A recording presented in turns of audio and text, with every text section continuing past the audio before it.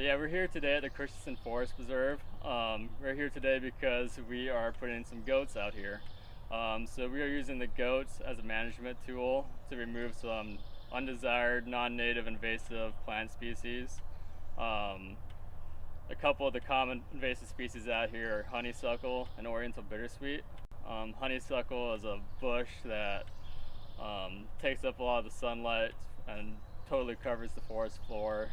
A lot of times the ground cover below us is totally devoid of life. It'll just be bare soil. So that's something we don't want in our wildlife areas because it outcompetes the native plants. Oriental bittersweet's a vine. It climbs up the trees and will choke them out. We'll actually girdle the trees and just make it really hard for those trees to survive. And the leaves of the vine will actually do some shading as well. So the entire ridge along here historically was oak hickory savanna. We can tell that from looking at historic aerial photos, and then we can also tell it based on the vegetation that's growing here now. We have a lot of large open grown oak trees. So when oak trees are open grown, they had a lot of sunlight available to them, so they were able to branch out their branches more. Whereas if they were to grow in a dense forest, they would be growing more straight and upright. So we have some old open grown oak trees. We have a lot of young oak and hickory trees out and about that we're trying to open up to allow more sunlight to get to them. Both oaks and hickories are shade intolerant, so they need a lot of sunlight to get to grow. So they won't grow in this dense honeysuckle mess without a little help. And then also we have a lot of cool grass species growing up in this area. We have bottlebrush grass, so that's a good indicator of oak savanna. So besides goats, we have a few different tools in our toolbox that we use to manage woodlands. A lot of it depends on the site, whether it's in a park or a wildlife area, or how steep the topography is. So this area is pretty steep, so that's why we chose to use goats. A lot of the trees out here are girdled as well, so that will leave the trees dead and standing. We can use that for a number of reasons. Part of it is if the tree is difficult to fell, sometimes it's easier just to girdle it and let it stand. But it's also really awesome habitat for a lot of birds and bat species. In Story County, we have the federally endangered Indiana bat.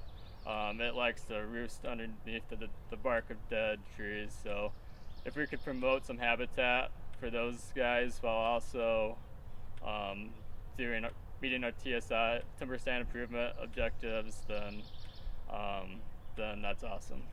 So the goats would be contained by this electric fence. So we use this web netting fence. That's a commonly used fence for goats. It's easy to take up and down. It's electrified by the solar panel.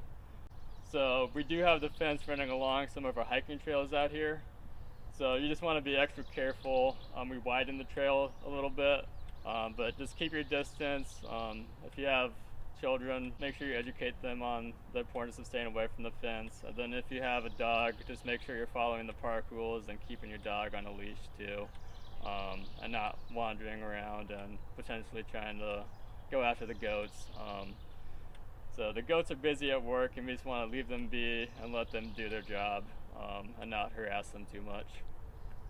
The area is about 3 acres, so we're going to leave the goats on there until we're just going to kind of watch the goats, and we want to leave them on there long enough that they start eating some of the shrubs and that they might not choose to eat at first. So they're probably going to go through and eat some of the grasses and forbs that are easier to eat and might be a little tastier to them, but then if you leave them out there long enough, they'll start eating the shrubs and they'll start gnawing at bark and girdling the shrubs and trees, and might actually kill some of them too.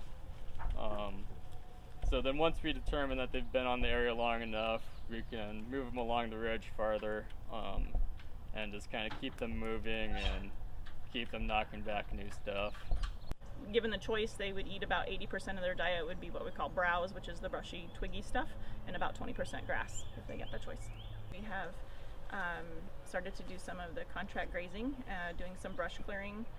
We've worked with Grinnell College, Polk County Conservation, Story County Conservation, now the Iowa DNR, just doing some clearing of brush, and have used that on our own pastures. We have purchased a previous cattle pasture that was very overgrown and had goats on it for about 5 years now, and part of it 3 years on most of it, and they've done a wonderful job of clearing that underbrush.